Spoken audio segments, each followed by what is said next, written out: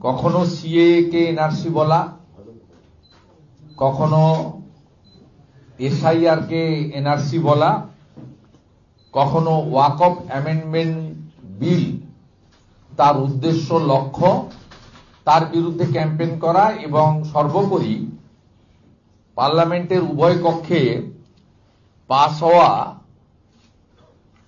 Voter সংখ্যাধিক্যের ভিত্তিতে রাষ্ট্রপতি মহোদয়ার অনুমোদিত আইনে রূপান্তরিত হওয়া রুলকে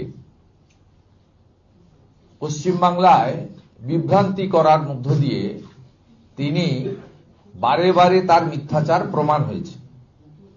এবং সর্বশেষ মিথ্যাচার হল কোচবিহারে দাঁড়িয়ে তিনি বলেছেন যে তার কয়েকদিন আগেও আবার একটি সভাতে তিনি গেছিলেন, সেখানে দাঁড়িয়ে বলেছেন যে আমি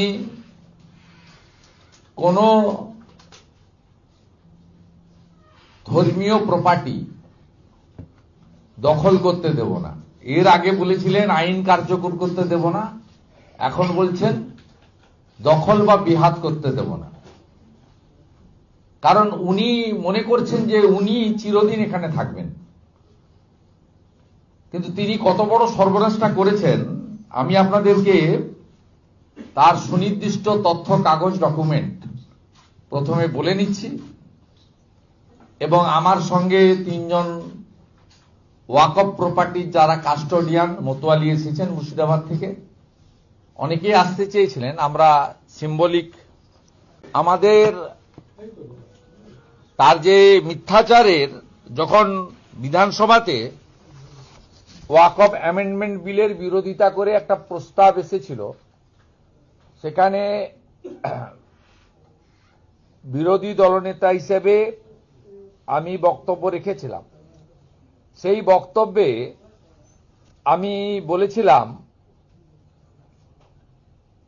যে জনৈক আবেদনকারীর নাম রহুফ রহিম, তার দায়ের করা রিট পিটিশনটি 2019 সাল থেকে সুপ্রিম কোর্টে বিচারাধীন।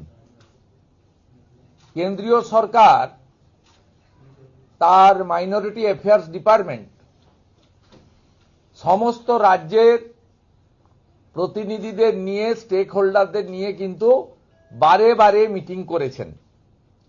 পশ্চিমবঙ্গ সরকারের দ্বিচারিতা আমি আপনাদের কাছে ডেট ধরে ধরে তুলছি।